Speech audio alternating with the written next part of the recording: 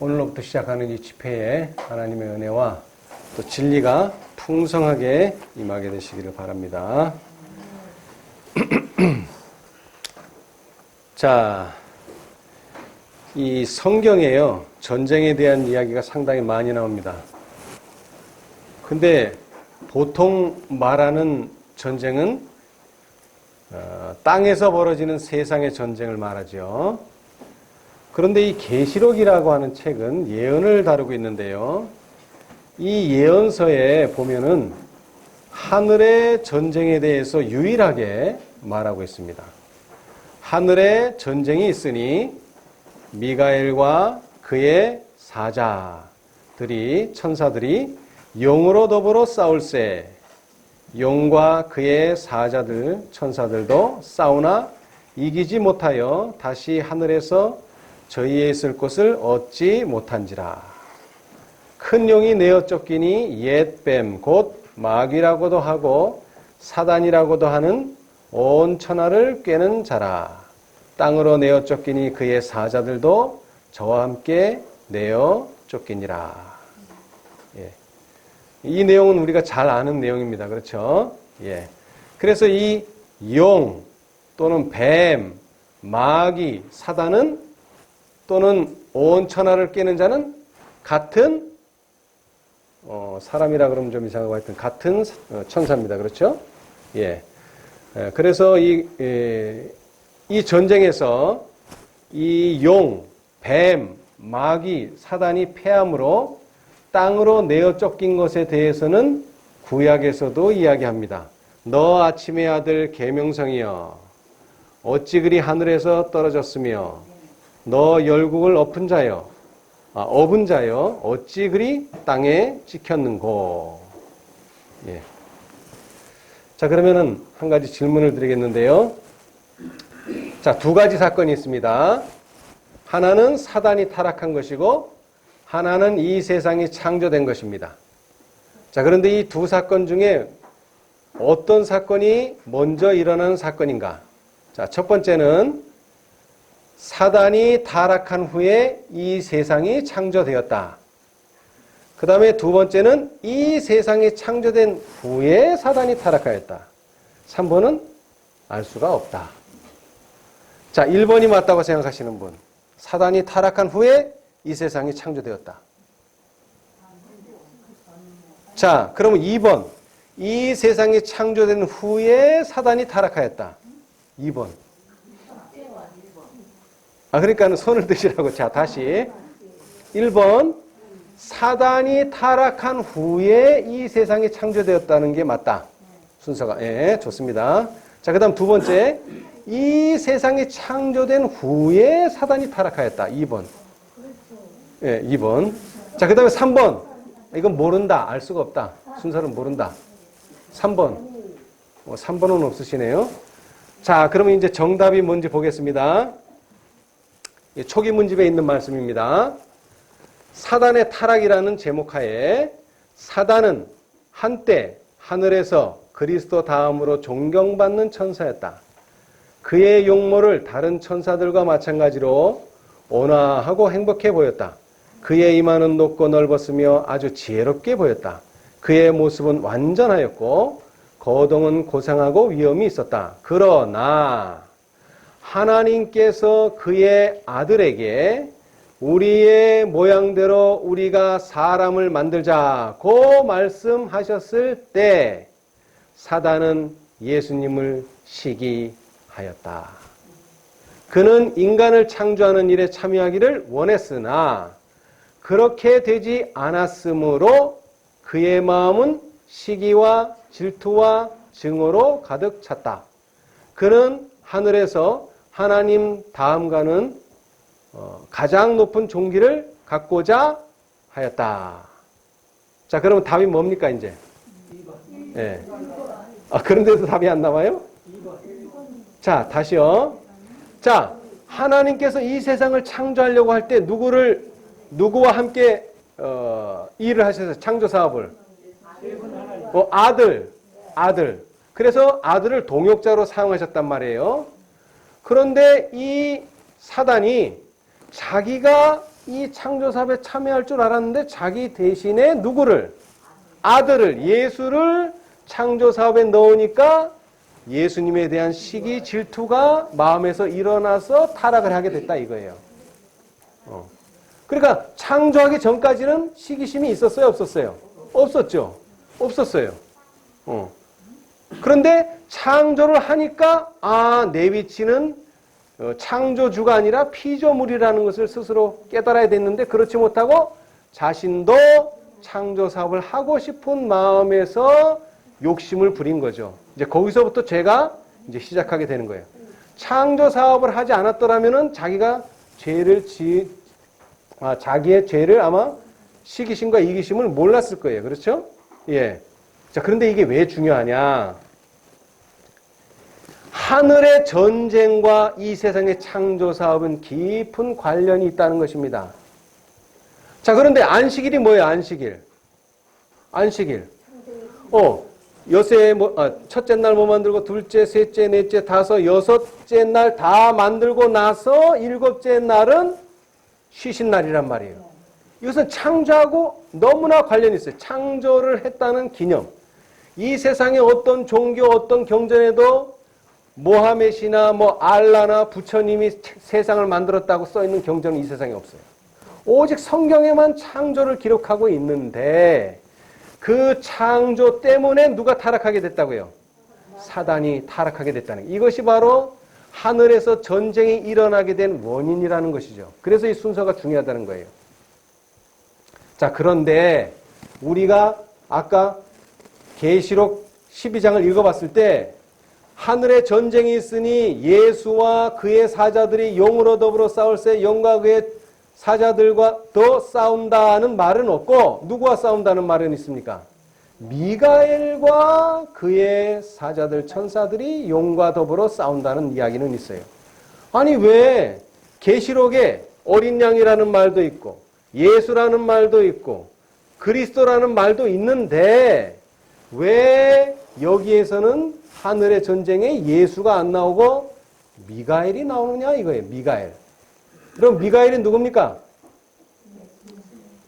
이 미가엘이란 이름은 하늘에서 전쟁이 있으니까 사람 이름은 아니겠죠? 사람 이름은 왜? 하늘에서 있었으니까. 하늘에는 어떤 존재의 이름이에요. 자, 그런데 이 미가엘이란 이름을 쓴 사람의 이름도 있어요. 구약에 보면은. 그런데 우리가 찾고자 하는 이 천사장 미가엘로서 된 성경절은 5개가 나와요. 5개. 딱 5개예요. 자, 제가 읽어드릴게요. 다니엘서 10장. 이것은 또 다니엘과 계시록과 유다서에만 나와요. 이 세 책에만 나오지 다른 곳에서는 찾아볼 수 없어요.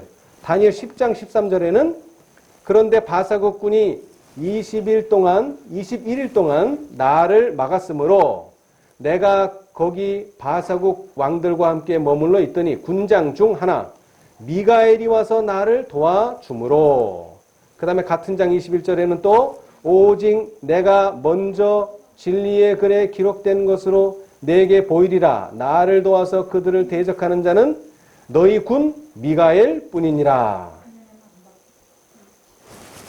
예, 여기에는 제가 없어서 이게 너무 내용이 많기 때문에. 그 다음에 다니엘 12장에 그때의 내 민족을 호위하는 대군 미가엘이 일어나. 이 미가엘이라고 하는 이름 앞에는 항상 군 또는 대군, 이 군사용어가 들어요. 군사용어. 일어날 것이요. 그 다음에 계시록으로 가면은 지금 우리가 읽고 있는 다니엘 12장 요 7절 한 절에만 딱 미가엘이 나와요. 다른 데는 안 나와요. 근데 왜 이 귀한 이름을 이 계시록 12장에는 미가엘이라고 말했는가? 그래서 이 미가엘이 도대체 누군가 찾아보면 유다서 9절에요. 천사장 미가엘이 모세의 시체에 대하여 마귀와 다투어 변론할 때에 감히 회방하는 판결을 쓰지 못하고 다만 말하되 주께서 너를 꾸짖으시기를 원하노라 하였거늘. 그래서 여기는 분명하게 미가엘은 천사장이다. 그런데 사실은 이 미가엘은 누굽니까? 예수님입니다. 예수님의 이름이 찾으면 너무나 많아요. 특별히 이사야서에는 뭐라 그랬어요? 모사, 평강의 왕, 여러 가지 이름이 많아요. 그런데 왜 여기선 미가엘이냐? 미가엘은 천사입니다. 자, 천사하고 천사가 싸우는 것은 어떤 그 게임이라고 할까? 시합이 되죠. 근데 하나님과 천사가 싸우는데 이건 게임 자체가 안 됩니다. 게임이 안 돼요. 왜? 평등하지가 않아요. 천사하고 싸우는 사단도 천사였잖아요. 그렇죠? 그럼 누가 싸워야 돼요? 같은 수준에서 싸우려면 천사가 싸워야죠. 그래서 예수님의 이름 가운데 하나는 미가엘인데 그분은 천사장인데 그 미가엘이란 이름으로 이 뱀, 이 용, 이 사단, 이 마귀하고 싸운다는 뜻에서 이곳에서만 미가엘이라는 이름을 썼는데 이 미가엘의 원어적인 뜻은 누가 하나님과 같으냐.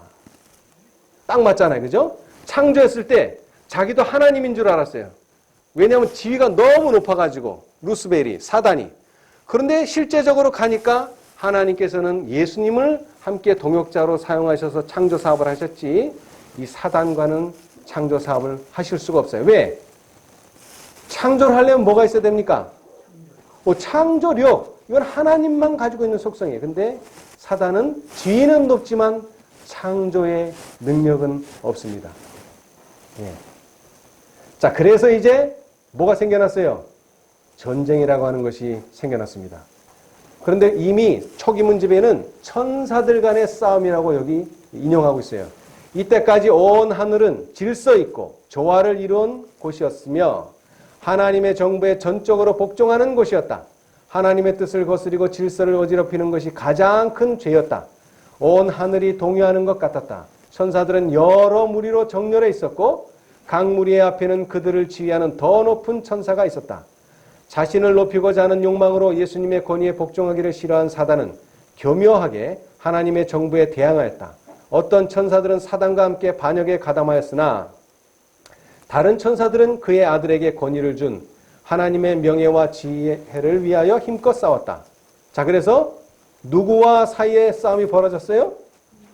천사들 간의 싸움이 벌어진 것이다. 천사들 간에. 사단과 그와 함께한 천사들은 하나님의 정부를 개혁하기 위하여 싸우고 있었다. 그들은 그분의 헤아릴 수 없는 지혜를 살피면서 예수님을 높이고 그에게 그토록 무한한 권능과 권위를 주신 하나님의 목적을 따지려 들었다. 그들은 하나님의 아들의 권위에 대하여 반기를 들었다. 온 하늘의 천군들은 그 문제를 결정하기 위하여 하나님 아버지 앞에 모였다. 그 집회에서 사단과 그와 함께 반역에 가담한 천사들을 모두 하늘에서 추방하기로 결정했다. 그렇게 되자 하늘에는 전쟁이 벌어졌다. 여러분 뜻이 같으면은 싸울 일이 없잖아요. 그죠? 근데 뜻이 달라진 거예요. 이 문제 때문에. 그것은 천사들 간의 싸움이었다. 미가엘과 그의 천사들, 그 다음에 사단과 그의 천사들의 싸움이었다는 것이죠. 사단은 하나님의 아들과 그분의 뜻에 순종하는 천사들을 정복하려고 했었다. 그러나 선하고 진실한 천사들이 이기게 되어 사단은 그를 추종하는 자들과 함께 하늘에서 쫓겨났다. 자, 그런데 사단의 편에는 천사의 몇 분의 1입니까? 계시록 12장에 보면 나오죠. 3분의 1. 여기는 3분의 1이고 이쪽은요. 미가엘 쪽은 3분의 2예요. 그러니까 질 수밖에 없죠. 자, 그런데 이 싸움은 내가 전쟁을 해야지 하고 계획한 전쟁이 아닙니다. 절대로. 그렇죠? 부지불식간에 일어났어요. 하나님의 창조 사업에 자신이 참여하지 못한 사건을 계기로 부지불식간에 갑자기 일어났어요. 자, 그러나 이 하늘의 전쟁은 하늘에서는 끝이 났어요. 그런데 이 전쟁이 완전히 끝나지를 않았어요. 왜 끝나지 않았습니까? 전쟁이. 왜 전쟁이 안 끝났을까요? 그 전쟁을 일으킨 장본인이 계속 존재하기 때문에 그렇습니다. 다시 말하자면 하나님께서 심판을 하셔서 옥에 가두던가 아니면은 심판을 해서 사형을 해서 이 세상에서 사라지던가 이렇게 됐다면은 더 이상 전쟁이 일어날 아무런 이유가 없죠. 그런데 그 장본인, 그 전쟁의 불씨가 남아있는 그 상태가 계속 되는데 다만 하늘에서는 쫓겨났기 때문에 이제 하늘에서는 더 이상 불화나 전쟁은 없습니다. 이 자세한 내용은 12장에 내일 제가 설명해 드릴 텐데, 이제 하늘은 아주 평화스럽고 즐거워하라 그랬어요. 그러나 반면에 땅으로 떨어진 이 사단은 이제 누구를 유혹하기 시작했습니까? 인간을 유혹하기 시작했습니다. 자, 그래서 창세기에 보면은 이 세상에 전쟁이 있을 것이 여기 예언되어 있습니다. 내가 너로 여자와 원수가 되게 하고 너의 후손도 여자의 후손과 원수가 되게 하리니 여자의 후손은 내 머리를 상하게 할 것이요 너는 그의 발꿈치를 상하게 할 것이니라. 이건 창세기의 말씀이고 계시록 12장에는 용이 해산하려는 여자 앞에서 그가 해산하면 그 아이를 삼키고자 하더니 여자가 아들을 낳으니 이는 장차 철장으로 만국을 다스릴 남자라. 그 아이를 하나님 앞과 그 보좌 앞으로 올려가더라. 그래서 이 계시록은 삼킨다라고 말하고 있습니다. 그래서 선지자는 이것에 대해서 예언된 전쟁이다. 사람에게 주어진 구속에 관한 최초의 암시는 동산에서 사단에게 내린 선고 가운데 통지되었다. 주님께서는 내가 너로 여자와 원수가 되게 하고 너의 후손도 여인의 후손과 원수가 되게 하리니 여자의 후손은 내 머리를 상하게 할 것이요 너는 그의 발꿈치를 상하게 할 것이니라고 선언하였다. 우리의 첫 부모가 듣는 데서 선언된 이 선고는 그들에게는 한 약속이었다. 이 선고는 사람과 사단 사이에 무엇을 예언했다고요? 전쟁이 있을 것을 예언했습니다. 뿐만 아니라 큰 원수의 세력이 최후에 부서질 것도 선언하였다. 또는 예언되었습니다. 자, 누가 이긴다고 예언이 되어 있어요? 여자의 후손이.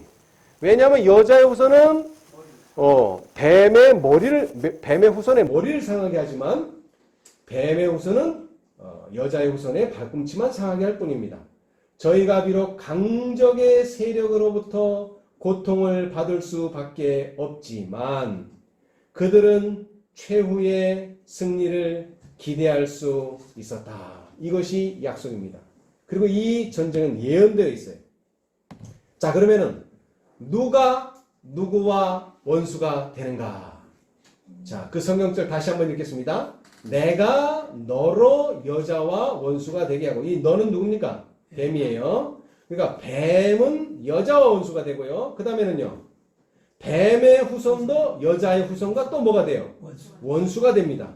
자, 근데 싸움은 누가 합니까? 상하게는 누가 해요? 여자의 후손과 뱀의 후손이 서로 싸웁니다. 그런데 뱀의 후손은 머리를 상하지만 여자의 후손은 발꿈치를 상합니다.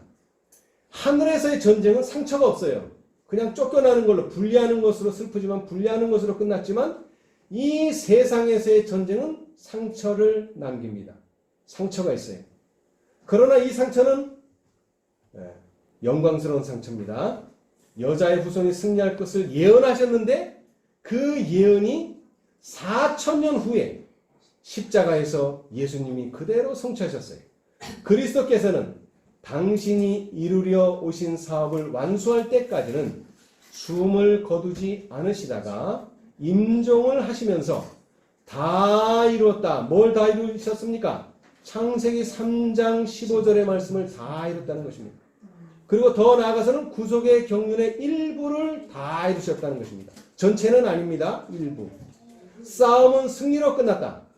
그분의 오른손과 그분의 거룩한 팔이 그로 승리하게 했다. 그분은 정복자로서 당신의 깃발을 영원한 고지 위에 꽂으셨다. 천사들이 기뻐하지 않았겠는가? 온 하늘은 구주의 승리의 계가를 불렀다. 사단은 패배했다. 그는 자기의 나라를 잃어버렸다는 것을 알았다. 네. 자, 이 상처는 영광의 상처죠. 그래서 스가랴서에 보니까 혹이 그에게 묻기를 내 두 팔 사이의 상처는 어찌미냐 하면 대답하기를 뭐라고 대답한다고요? 예수님께서 나의 친구 집에서 받은 상처라. 그리스도께서는 우리에게 좁은 길로 갈 것을 요구하시는데 그리로 가는 내 발걸음은 자기를 부인하는 것을 의미한다. 그분께서는 영원한 진리의 강령 위에 서서 성도들에게 단번에 주신 믿음을 위해 열렬히 투쟁할 것을 요구하신다. 투쟁이 곧 전쟁입니다. 열렬히 싸울 것을 요구하십니다.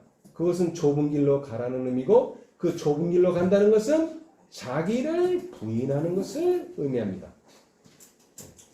자, 예수님이 승리하셨죠? 자, 그런데 예수님의 제자들은 어떨까? 예수님의 제자들은 예수님이 승리하시는 순간에 기뻐했습니까? 다 도망가 버렸어요. 그 자리에 한 명도 없어요. 자, 제자들이 가장 어려워한 일이 뭔가 여기 써 있어요. 제자들이 가장 어렵게 생각하는 일. 서기관들과 바리새인들의 유전이나 금원과는 그 성질이 다른 예수님의 교훈을 지킨다는 것은 제자들에게 있어서 뭐라고요?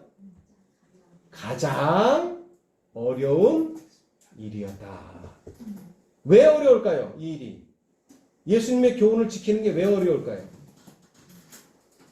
그 설명 있잖아요. 제자들은 랍비들의 가르침을 뭐와 같이? 하나님의 음성과 같이 받아들이도록 뭐를? 교육을 받아왔으며 이것은 아직도 그들의 마음을 지배하는 능력을 휘두르고 있었고 그들의 의견을 형성시켰다. 이것 때문에 안 되는 거예요. 이것 때문에. 그래서 제자들이 가장 힘든 게 예수님의 교훈을 따르고 지키는 거예요. 예수님한테 가서 들으면 어때요? 아, 그래, 맞아. 이 말씀이 맞아. 근데 또 랍비하고 서기관한테 가서 들으면 이 말씀도 맞네? 이렇게 되는 거예요. 막 오락가락 해요. 오락가락. 사람들이. 세속적 생각과 현세의 사물이 아직도 그들의 생각에서 큰 위치를 차지하고 있었다. 예수께서 그들에게 그렇게 자주 설명하셨지만 그들은 그리스도의 나라의 영적 성질을 깨닫지 못했다. 그들의 마음은 혼란하게 되었다. 언제까지 혼란했을까요? 십자가 달리시는 그 순간까지도 혼란이 왔어요. 그래서 다 도망가 버렸어요. 그들은 그리스도께서 제시하신 성경 말씀의 가치를 이해할 수 없었다. 그분의 교훈의 대부분이 그들에게 거의 잃어버려진 것처럼 보였다. 예수께서는 그들이 당신의 말씀의 참된 의미를 파악하지 못하였다는 사실을 아셨다. 여러분, 이것을 어떻게 고칠 수 있을까요? 이 혼란을 어떻게 고칠 수 있을까요? 이제 그래서 필요한 것이 예수님께서 계시를 하나 보여주신 것입니다. 계시. 이 계시는 예수님께서 그 혼란한 제자들의 마음을 바로잡기 위해서 그들의 믿음이 수포로 돌아가지 않도록 보증을 주시고 확신을 주시기 위해서 보여주신 것입니다. 근데 이 계시를 보여주신 시기가 언제냐? 예수님이 네 번째 유월절 날 돌아가셨는데 네 번째 유월절이 되기 전 가을, 그 전에 가을, 그러니까 초막절이 되기 전에 이 변화산의 계시를 보여주셨어요. 이 복음성경 사복음 조화에 보면 78번에 해당하고요. 그 다음에 시대의 소망에는 46장에 해당합니다. 그러니까 너무 일찍 보여줘도 잊어버리고 너무 가깝게 보여줘도 안 되고 적당한 때가 바로 세 번째 유월절과 그 다음에 장막절 그 사이에 이 계시를 보여주셨어요. 이 계시가 왜 필요하냐? 여기도 나와 있지만 구주께서는 제자들의 암담한 심정을 아시고 저희의 믿음이 수포로 돌아가지 않는다는 보증을 하심으로써 그들의 슬픔을 덜어주고자 하셨다. 12 제자들이 다 그분께서 주기를 원하시는 계시를 받을 수는 없었다. 여러분, 이 제자들의 믿음을 확신을 주고 믿음을 돈독하게 하는데 왜 12명이 다 보면 좋은데 왜 12명이 다 보지 못할까요? 이거 불공평하지 않습니까? 왜 3명만 보여줬을까요?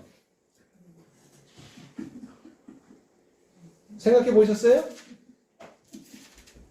자, 그것은 이 계시를 보는 자들은 또 어디까지 따라가야 돼요?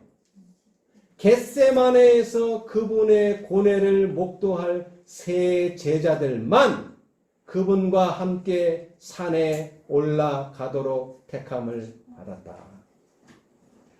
이 변화산의 계시는 정말로 놀라운 영광의 계시입니다. 누구나 보면 좋아요. 그러나 이 영광의 계시를 본다는 것은 또한 무엇을 동반해야 된다는 것이죠? 겟세마네의 고뇌를 또한 동반해야 된다는 것입니다. 똑같은 원리가 요한과 야고보에게 적용됐어요. 요한과 야고보의 어머니가 와서 예수님이 왕이 될 것 같으니까 예수님 왕이 되시면 하나는 우편에 하나는 좌편에 앉혀주십시오. 그랬더니 뭐라 그러셨어요? 예수님께서 내가 그렇게 할 수는 없는데 그렇게 하기 전에 뭐를 마셔야 된다? 쓴 잔을 마실 수 있느냐 물어봤어요. 여러분 쓴 잔 없이는 절대로 이러한 계시는 볼 수 없습니다. 왜냐하면 감당이 안 된다는 것이죠. 이제 그 이유도 또 나옵니다만은 그래서 예수님께서는 자신이 이제 몇 개월 후면 적어도 6개월이나 5개월 후면은 돌아가시는데 자신을 위해서 이 변화산의 계시가 주어진 것이 아닙니다. 오로지 제자들을 위해서. 근데 재밌는 거는요. 이 놀라운 변화산의 계시를 누가 봤죠? 누가 봤어요? 3명. 자, 베드로, 요한, 야고보. 그러면 누가 기록을 해야 돼요? 베드로가 쓰든지 요한이 쓰든지 야고보가 써야 돼요. 자, 그런데 사복음서에는 베드로서도 없고 야고보서도 없어요. 요한복음은 있어요. 그럼 요한복음에 써야 될 거 아니에요. 근데 요한복음에만 없어요, 이게. 마태복음에도 있고 마가복음에도 있고 누가복음에도 있는데 요한복음에만 없어요. 그럼 무슨 얘기예요? 마태는 뭘 보고 썼다는 거예요? 들은 걸 썼다는 거죠. 본 걸 쓰는 게 아닙니다. 들은 걸 썼어요. 마가도 들은 걸 썼어요. 누가도 들은 걸 썼어요. 근데 본 사람이 쓰면 더 확실하겠죠. 근데 본 사람은 이것을 쓰는 대신에 요한계시록을 썼습니다. 요한계시록. 이거보다 더 중요해요. 제가 이번에 공부를 하면서 요한은요, 구속의 경륜을 어느 정도는 이해하고 있는 사람이에요, 이제 보니까. 어느 정도 요한은 구속의 경륜 자체를 이해했어요. 여러분, 여기도 나오지만은 이 변화산의 계시는 그냥, 모세하고 엘리야가 나타나는 거 아주 굉장한 걸 봤다. 영광의 왕국을 내가 봤다. 이 정도로 끝나는 게 아니라 구속의 경륜에 아주 조금을 보여주신 겁니다. 구속의 경륜을 보여준 거예요. 여러분, 화해뿐이 대전투 총소를 왜 썼어요? 구속의 경륜에 이거는 일부가 아니고 전부를 보여주기 위해서 쓴 겁니다. 자, 여러분, 우리가 하늘에 갔어요. 자, 아담 할아버지가 즐겁기도 하고 뭐라 그럴까 기쁘기도 하지만 아담 하와 할아버지 할머니 때문에 뭐가 들어왔어요? 세상에 죄가 들어왔어요. 그래가지고 다 죽게 생겼어요. 그래서 한 900년은 살았지만 900년 이후에는 어떻게 됐는지 알아요? 몰라요? 몰라. 그러니까 뒤에 있는 에녹이 딱 일어나더니 그 이후에는 이렇게 됐습니다. 뭐 쭉 얘기하니까 또 하늘로 간 다음에 또 몰라. 그럼 또 노아가 일어나서 이렇게 됐습니다. 그 다음에 아브라함이 일어나서 이렇게 됐습니다. 다윗이 일어나서 다 얘기했는데 전체를 다 아는 사람은 누구밖에 없어요? 14만 4천인밖에 없어. 전체를 다 아는 사람은. 아멘. 왜? 예언의 신을 통해서 다 봤거든. 간접적으로 봤단 말이에요. 계시는 화이뿐이 봤지만 그 계시를 읽었으니까 야, 아담이 이랬구나, 아브라함이 이랬구나, 에녹이 이랬구나, 다 읽었어요. 그러니까 우리는 가면은 이 사람하고 얘기해도 통해, 저 사람하고 얘기해도 통해, 이 사람하고 얘기해도 다 통해. 우리는. 대단한 일 아닙니까? 아멘. 네. 자, 그런데 그런 거를 보려면 우리도 뭘 겪어야 돼요? 환난. 그래서 계시록에 보면 계시록 7장에 큰 환난을 겪은 자들만 어디에 오라? 식탁에 초청받아요. 큰 환난. 대신 큰 환난을 겪은 사람들은 큰 계시를 볼 수 있다는 것입니다. 아멘. 그래서 여기 세 제자들한테도요, 이제 그분의 기도의 요지가 이래 세 가지예요. 이거 하면서 계속 반복되는 숫자는 뭡니까? 3, 3, 3, 3, 3, 3. 계속 3이 반복돼요. 자, 세 제자가 올라갔죠. 예수님의 기도의 제목도 세 가지예요. 첫째, 당신께서 세상이 창조되기 전에 하늘 아버지와 함께 가지셨던 영광을 제자들에게 나타나게 해달라. 여러분, 아까도 말했지만 하늘에서 전쟁이 일어나게 된 원인이 뭐라고요? 창조 사업에 참여하느냐 안 하느냐 이것 때문에 생긴 거 아니에요. 그런데 예수님께서는 지금 당신께서 세상이 창조되기도 전에 하늘 아버지와 함께 계셨다는 영광, 그 영광은 창조주의 영광을 제자들에게 나타나게 해달라. 그게 첫 번째 제목. 자, 두 번째, 당신의 왕국이 인간의 눈에 보일 수 있게 해달라. 그 다음에 세 번째, 제자들이 그 나라를 봄으로 힘을 얻을 수 있게 해달라는 것입니다. 자, 그런데 이 기도가 응답을 받았습니까? 못 받았습니까? 받았습니다. 그래서 엘리야와 모세가 나타났어요. 그리고 예수님께서는 신성으로 변하셨어요. 그분께서는 제자들이 당신의 신성에 나타나심을 보므로 당신이 확실히 하나님의 아들인 것과 당신의 치욕적인 죽음은 구속의 경륜의 일부라는 것을 알므로써 당신의 극심한 고뇌의 시간에 저들이 위로를 받게 되기를 간구하신다. 여러분 1844년에 왜 그 재림을 믿는 그 신실한 사람들이 실망을 해야 합니까? 이것이 바로 구속의 경륜의 일부라는 거죠. 고난을 맛보지 않으면 그 이후의 계시를 감당할 수가 없다는 것입니다. 그래서 극심한 실망을 하게 된 거예요. 여기 제자들도 마찬가지고요. 자, 그런데 아까도 말했지만 마가, 누가는 이 변화산의 경험을 쓰기는 썼지만 직접 본 게 아닙니다.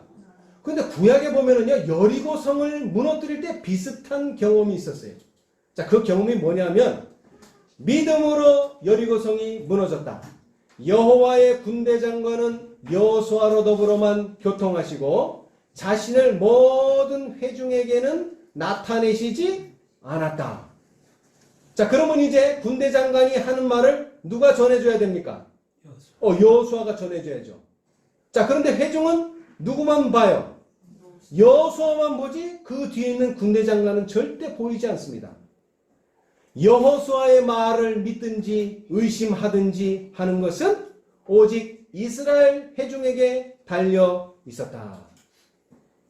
그들은 하나님의 아들의 지도하에 그들을 옹이한 천사들의 무리를 볼 수가 없었다. 근데 오늘날 사람들은 자꾸 뭐하고 믿으려고 그러죠? 보고 믿으려고 그래요. 그래서 예수님이 이미 말씀하셨어요. 예수께서 가라사대 너는 나를 본고로 믿느냐? 보지 못하고 믿는 자들은 복되도다. 보지 못할 뿐이지 뭐 할 수는 있어요? 들을 수는 있어요. 여러분 계시록의 7교회에 계속 나오는 말이 뭐예요? 성령이 교회들에게 하시는 말씀을 뭐? 들을지어다. 볼지어다가 아니라 들을지어다. 다 들을지어다. 그 말은 예수님께서 누군가를 교회에게 보냈다는 거예요. 여호수아 같은 사람을 보냈다는 거예요. 그 사람의 말을 믿든지 의심하든지 하라는 거예요. 근데 우리는 기준이 뭐예요? 여호수아의 말이 이게 하나님의 말인지 하나님의 말이 아닌지 그 기준이 뭐예요? 이사야 8장 20절이죠. 뭡니까? 율법과 증거의 말씀을 좇을지니 그들의 말하는 바가 율법과 증거의 말씀이 있다면 우리는 믿어도 되지만 있지 않다면 그것은 하나님의 말이 절대로 아닙니다. 특별히 계시록 18장에는 천사의 모양을 하지 않은 메시지가 거기 들었단 말이에요. 절대 눈으로 보고는 식별이 안 되는 메시지. 귀로만 들을 수 있는 메시지가 있어요. 그러므로 믿음은 어디에서 나며? 들음에서 나며 들음은 그리스도의 말씀으로 말미암았느니라. 보라, 여호와의 크고 두려운 날이 이르기 전에 내가 누구를 보내겠다? 선지 엘리야를. 계시록 14장의 천사들은 바로 선지 엘리야입니다. 예수님의 날, 재림의 날이 오기 전에 분명히 세 천사를 보내십니다. 계시록 14장. 근데 계시록 14장의 천사만 보내는 것이 아니고 뚝 떨어져서 18장의 천사들도 하나님께서는 보내실 계획이셨다는 것을 또 이해해야 됩니다. 자, 그래서 이제 제자들은 변화산에서 두 사람을 봤는데 누굽니까? 모세와 엘리야입니다. 자, 그런데 재미있는 말씀이 있어요, 여기. 자, 예수님이 십자가에 돌아가셨습니까? 돌아가시기 6개월 전입니다. 자, 그런데 여기 뭐라고 기록됐느냐? 변화산에 나타난 모세는 죄와 사망을 이기실 그리스도의 승리에 대한 뭐다? 사건도 안 벌어졌는데 벌써 뭐가 나왔어요? 증인이 나왔어요. 사건도 안 벌어졌는데 그리스도가 아직 승리도 안 했는데 이게 가능한 일입니까? 가능한 일입니까? 불가능한 일입니까? 가능한 일이에요? 불가능한 일이에요? 세상에서는 불가능한 일입니다. 그러나 어디에서는? 하나님 나라에는 가능한 일입니다. 왜? 믿음의 정의가 뭐예요? 믿음의 정의. 믿음은 오호 바라는 것들의 뭐요? 실상이요. 그 다음에는요. 어허 보지 못하는 것들의 뭐다고요? 증거라고 분명히 말씀하셨어요. 말씀이 있다면 거기에는 증거가 있는 것입니다. 말씀이 없다면 거기는 증거가 없어요. 이 가치, 이 말씀의 가치는 제자들은 아직도 깨닫지를 못했다는 겁니다. 그래서 예수님께서는 눈으로 보여주는 거예요. 하도 안 되니까. 그래서 두 증인을 보여주는데 한 증인은 그리스도의 승리에 대한 증인. 어떤 승리?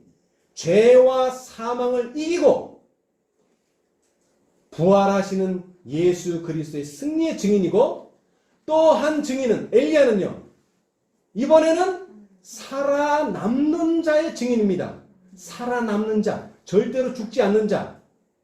그 증인이에요. 삼위에서 미래의 영광의 왕국의 축소판으로 나타났으니 곧 그리스도는 왕이요 모세는 부활한 성도들의 대표자요 엘리야는 변화된 자들을 대표하였다. 여러분 우리가 영광의 왕국에 가면 두 부류의 사람들이 있습니다. 한 부류는 어떤 사람들이에요? 부활한 성도들이 있고요. 한 부류는요. 변화된 성도들이 있습니다. 변화된 죽지는 않고 부활하지 않고 바로 살아서 승천한 부류가 있다는 거예요. 이 두 부류를 상징한다는 거예요. 그래서 모세와 엘리야는 증인입니다. 그러나 예수님 당시 예수님이 부활하기 직전이기 때문에 가장 중요한 증인은 모세였지만 현재 시대 2021년에 가장 중요한 증인은 누굽니까? 엘리야입니다. 확실한 증인입니다. 그는 죽음을 보지 않고 일어날 것입니다. 자, 그 다음에 이들은 증인뿐만 아닙니다. 동역자입니다. 동역자. 예수님이 유대인들에게 한탄하시면서 하신 말씀이 피리를 불어도 뭐하지 않고 춤추지 않고 내가 애곡해도 슬퍼하지 않고 이 박자가 안 맞아요. 장단도 안 맞아요. 왜 그래요? 그들은 동역자가 아니기 때문에 그렇습니다. 그러나 모세와 엘리야는 그리스도의 동역자였습니다. 근데 이 두 동역자는 서로 동역하는 부분이 다릅니다. 동역하는 부분이 달라요. 자, 모세는 어떤 면에서 동역자입니까? 모세는 어떤 면에서 동역자예요? 모세는 이스라엘을 위하여 탄원하는 동역자입니다. 그러나 합의하시면 이제 그들의 죄를 사옵시소서. 그렇지 않사오면 원컨대 주의 기록하신 책에서 내 이름을 도말하옵소서라고 할 정도의 탄원을 하나님께 올린 사람입니다. 예수님도 마찬가지입니다. 그런 의미에서 모세는 예수님의 동역자입니다. 자, 그런데 반면에 엘리야는요. 엘리야는 3년 반의 기근 동안 민족의 증오와 그 재앙의 책임을 져야 했으므로 무슨 감을 맛본 사람이었다? 고독감. 홀로, 여기 홀로라는 단어가 많이 나옵니다. 그는 홀로 갈멜산에서 하나님을 위하여 섰다. 그는 홀로 고뇌와 절망 속에서 광야로 도피하였다. 네. 혼자라는 것입니다. 혼자. 자, 근데 이사야의 예언에 보면 예수님께서 만민 중에 나와 함께한 자가 없이 내가 홀로 무엇을 밟았다고요? 포도즙 틀을 밟았다. 이사야 63장에 그랬어요. 홀로. 이것이 바로 엘리야가 그리스도와 동역자가 되는 성격입니다. 예수님은 항상 혼자였어요. 제자들하고 같이 다녔지만 제자들은 예수님을 다 이해를 못했어요. 왜? 구속의 경륜을 이해하지 못하니까. 그래서 예수님이 이 세상의 왕이 될 걸 바랐지만 예수님은 하늘의 왕이 되기를 원하셨어요. 그래서 그들은 아주 쓰게 쓴 절망의 잔을 마셔야만 했죠. 이 두 사람이 보좌를 둘러선 모든 천사들 위해 특별히 택함을 받아 고난의 광경에 관해서 예수님과 더불어 의논하고 하늘이 동정한다는 보증으로 그분을 위로하기 위하여 왔던 것이다. 세상의 희망, 곧 각 사람의 구원이 그들의 면담의 묘지였다. 그래서 예수님께서는 이 동역자들을 통해서 많은 위로를 받으셨고 그 다음에 이 동역자들은 또한 예수님의 제자들에게도 큰 힘이 되었습니다. 자, 동역자라고 하는 것은요, 특별히 예수님의 제자들은 그리스도의 생애와 사업을 증거해야만 하였다. 근데 뭘로 증거합니까? 그들의 말을 통하여 주님께서 지상에 사는 모든 백성에게 말씀하셔야만 하였다. 여러분, 계시록 14장의 세 천사, 18장의 천사들 다 보면 뭐가 나옵니까? 말이 나와요. 다 말을 합니다. 그 속에는 뭐가 있다는 거예요? 모든 백성에게 주는 예수님의 메시지가 그 안에 들었다는 거죠. 근데 예수님의 제자들도 마찬가지예요.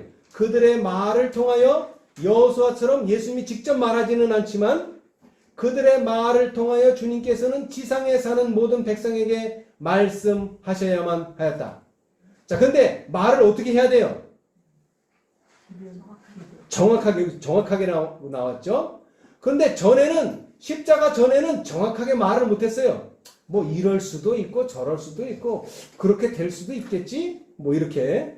그러나 그리스도의 굴욕과 죽음에 있어서 제자들은 큰 시련과 실망을 맛보아야만 하였다. 이는 이 경험을 겪은 후에야 그들의 말은 뭐하게 될 것이었기 때문이다?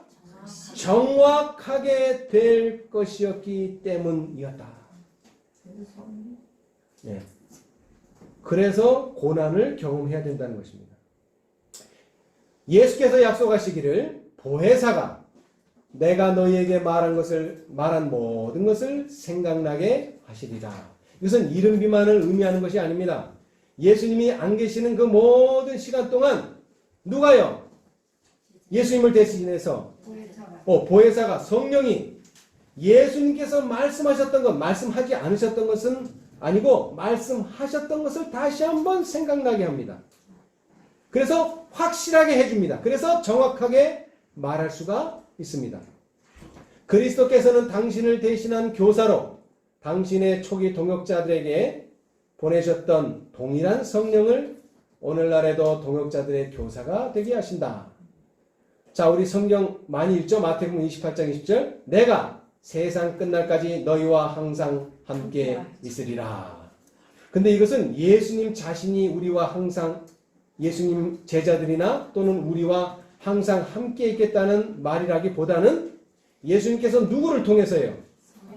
성령을 통해서, 보혜사를 통해서, 성경 교사이신 성령을 통해서 제자들과 동역자들과 특별히 말세의 하나님의 백성들과 항상 함께 있겠다는 허락, 약속입니다. 여러분, 예수님의 승리의 비결이 뭡니까? 예수님의 승리의 비결. 네, 물론 기도도 있죠. 자, 그러나 예수님께서 어디에서 시험을 받으셨죠? 광야. 왜 광야입니까?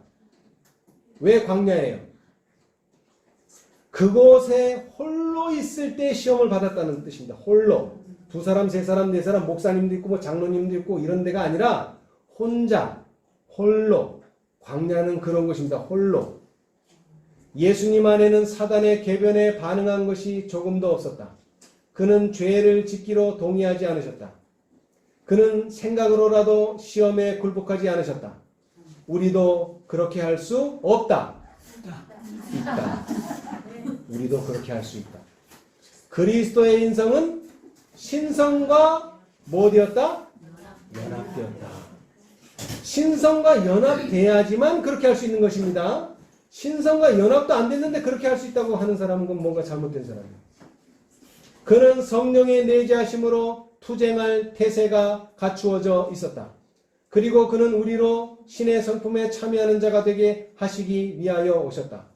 우리가 믿음으로 그와 연합하고 있는 한 죄는 더 이상 우리를 지배하지 못한다. 하나님께서는 우리 안에 있는 믿음의 손을 인도하여 그리스도의 신성을 굳게 붙잡게 하므로 우리로 완전한 품성을 얻게 하시려고 하신다. 그런데 이 일을 성취하는 방법을 그리스도께서 우리에게 보여주셨다. 자, 그 방법이 뭐냐? 그는 어떤 수단을 통하여 사단과의 투쟁에서 승리하셨는가? 자, 어떤 수단을 통해서 승리하셨습니까? 그것은 곧 하나님의 말씀이었다. 그는 오로지 하나님의 말씀으로 말미암아서만 시험을 대항할 수 있었다. 기록되었으되 라고 그는 말씀하셨다. 자, 여러분, 창세기 3장 15절은 그래, 그렇게 됐으니까 될 거야. 됩니다. 그런데 그렇게 되는 일에 동참할 사람은 뭘 가지고 있어야 돼요? 말씀을 가지고 있어야 돼요. 또 말씀만을 의지해야 돼요. 그래야지만 이길 수 있습니다. 자, 그래서 이제 보겠습니다. 오로지 하나님의 말씀으로 승리하라. 자, 우리 다 같이 한번 읽어보겠습니다. 시작. 율법은 즉 의로운 생애, 완전한 품성을 요구하지만 인류는 그 요구에 미칠 수 없다. 인류는 하나님의 거룩한 율법의 요구를 충족시킬 수 없다. 그러나 그리스도께서는 인간으로서 지상에 오셔서 거룩한 생애를 사시고 완전한 품성을 개발시키셨다. 그리스도께서는 그것을 받고자 하는 모든 자들에게 값 없이 선물로 주신다. 그분의 생명은 사람들의 생명을 대신한다. 그리하여 그들은 하나님의 관용을 통하여 과거의 죄를 용서받는다. 뿐만 아니라 그리스도께서는 하나님의 속성을 사람들에게 불어 넣으신다. 그분은 인간의 품성을 거룩하신 하나님의 품성을 따라 형성하여 영적인 힘과 아름다움을 지닌 훌륭한 건물이 되게 하신다. 그리하여 바로 이 율법의 의가 그리스도를 믿는 자에게서 성취된다. 하나님께서는 자기도 의로우시며 또한 예수 믿는 자를 의롭다 하실 수 있다. 이 말씀을 의지함으로 우리는 승리할 수 있다. 아멘. 왜 이것이 중요한가 하면요, 이것은 이론이 아닙니다. 이것은 이론이 아니에요. 물론 글자는 이론이지만 이 글자가 마음에 새겨지고 그 다음에 우리의 신앙생애에 엮여져서 예수가 내가 되고 내가 예수가 되는 것, 라오디게아 기별 맨 끝에 나오는 것이 무엇입니까? 문을 열면 어떻게 되겠다고요? 그는 나로 더불어 먹고 나는 그로 더불어 먹으리라. 그런 서로의 연합된 관계가 돼야 된다는 것입니다. 이 관계가 되지 않으면 또 다른 마지막 대쟁투가 이제 남아있는데 아직 그 전쟁이 끝난 게 아닙니다. 지금도 계속되고 있지만 이 전쟁은 곧 끝날 것입니다. 언제 끝납니까? 언제 끝나요? 사단이 완전히 옥에 갇히거나 심판을 당할 때 끝납니다. 근데 사단이 언제 심판을 받습니까? 확실한 것이 나와야지 심판을 받죠. 확실한 것이 나오기 전에는 심판을 받을 수가 없어요. 그렇게 될 백성들이 없다는 것입니다. 그래서 그 백성을 모으기 위해서 셋째 천사가 지금도 뭐를 하고 있어요? 인을 치고 있어요. 인을 치고 있어요. 근데 그 인을 치기 위해서는 예수님의 십자가의 능력을 힘입는 사람들, 그 십자가의 능력을 경험한 사람들이 나와야 한다는 것입니다. 그래야지만 마지막, 이제 제가 다음 시간에는 계시록 12장을 좀 설명할 텐데요. 처음서부터. 거기에서 가장 중요한 게 여자입니다. 여자가 누구를 낳았어요? 아이를 낳았죠. 남자를 낳았어요. 근데 만국을 다스릴 철장을 가진 자예요. 그런 아들을 낳았으면 끝난 거 아닙니까? 근데 거기 뭐라 그랬어요? 1260일 동안 광야로 도망가서 뭐를 해야죠? 양육을 해야 돼요. 이 예수님의 승리로 끝나는 문제가 아닙니다. 이 여자는 계속 남아서 또 양육을 해야 돼요. 누구를 양육합니까? 여자의 남은 자손. 여러분, 개신교회가 없었다면 재림교회도 없습니다. 왜? 1260년간의 그 개신교회가 진리를 지켜왔어요. 믿음으로 말미암아 진리를 지켜왔어요. 그런데 뭐가 왔는데? 그것을 더 확실하게 해주고 완전케 해주는 더 확실한 계시, 첫째 천사의 기별이 왔는데 그것을 거절함으로 말미암아 그들은 타락하게 되어버렸어요. 그래서 그 개신교인들을 통해서 하나님께서는 재림교회를 불러일으키신 거예요. 근데 또 그 재림교회가 또 뭐가 됐어요? 라오디게아 상태가 된 거예요. 그래서 또 하나님께서는 계시록 18장의 사자들을 보내신 거예요. 이러한 모든 사건들이 연계되어 있다고 하는 것입니다. 근데 그 첫 단추는 십자가의 사건을 우리가 몸소 경험하는 것입니다. 그 경험 없이는 마지막 대쟁투에서 승리할 수가 없습니다. 그리고 이 사건은 마지막 사건과 너무나 유사해요. 제가 실례를 보여드리겠는데 거기도 계속 반복되는 숫자는 3이에요. 자, 그러나 가장 중요한 것은 이 예수님 당시에 예수님의 제자들은 예수님을 하나님의 인성으로 인정은 했지만 확실한 확증을 하지 못했는데 그 이유는 십자가가 그들 마음속에 새겨지지 않았기 때문입니다. 고난을 그들은 경험하지 못했기 때문입니다. 자, 마찬가지예요. 세 천사의 기별을 경험한 사람들도 마찬가지예요. 화입 부인은 분명히 그 1844년의 대실망을 경험했지만 그 이후로 들어온 사람들은 첫째 천사의 경험이나 둘째 천사의 경험 없이 그저 안식일만 하나 덜렁 받아가지고 안식을 지키는 것으로만 인을 받으려고 생각했어요. 절대 그렇게 되지 않습니다.